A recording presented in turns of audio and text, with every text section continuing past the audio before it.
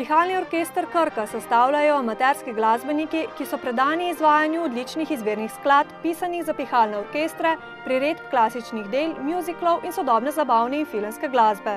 Na nedavno zaključenem tekmovanju pihalnih orkestrov Slovenije v koncertni težavnosti skupini so osvojili prvo mesto in tako postali državni prvaki. Nikdar ne veš, kakšna konkurenca te čaka, čeprav se orkestri poznamo med sabo, ampak orkestri so v zadnjih letih izjemno napredovali, tako da res nismo vedeli, kaj lahko pričakujemo. Vedeli smo, da smo se nekako živeli v to, kar smo hoteli povedati z igranjem, samo zgodbo.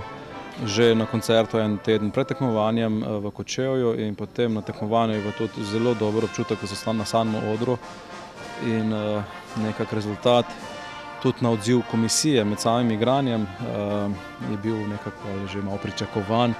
Tako da smo res izredno veseli, da smo s to ekipo, ki se je zdaj 5 let postavljala na novo, spet potrdili ta naziv državni prvak. No, take stvari ne moreš načrtovati, ne? Vsekakor smo pa dobro delali in če je pač rezultat, da smo državni prvaki, je to največje zadovoljstvo možno.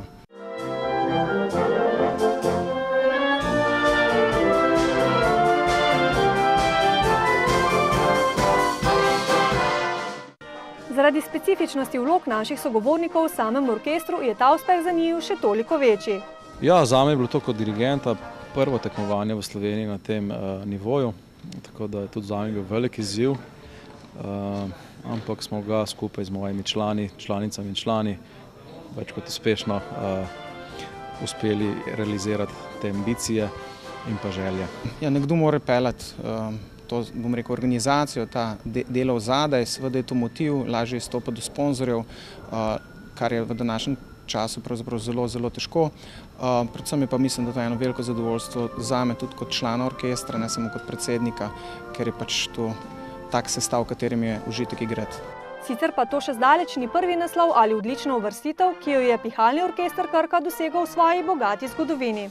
Naš recept za uspeh je ustvariti dobro klimo v orkestru, da člani začutijo eno pripadnost temu orkestru, da sami to doma malo povadijo in pa da jim skozi vaje približamo vse skladbe, ki jih delamo na način, da jih oni razumejo, da se poistovetijo z zgodbami in uživajo v tem, kar delajo. Spravi užitek pri tem, kar se dela, je na prvem mestu. In pa seveda trdo delo, seveda brez tega ne gre.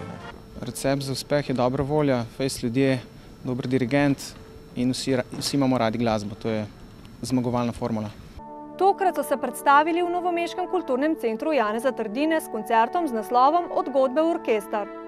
S koncertom poskušamo prikazati orkester od samih začetkov in pa do danes, do spet potrditve državnih prvakov, tako da bo sam koncert zelo zanimiv tudi za bivše člane.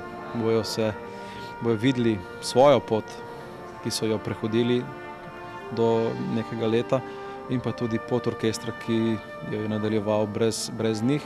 Tako da od koračanc začetnih čez 55 let nazaj pa do današnjih dni, ko je igranje res na zelo visokem nivoju. No, današnji koncert je pravzaprav eden od 6 koncertov po Sloveniji. Program se imenuje Od godbe v orkester, zgodba pihalnega orkestra Krka.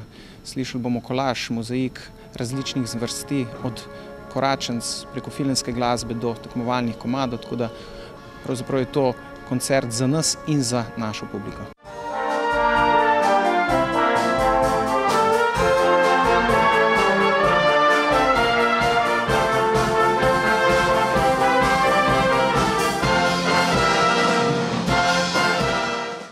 Sicer pa je ta koncert v sklopu Evropske prestolnice kulture prepotoval večji del Slovenije.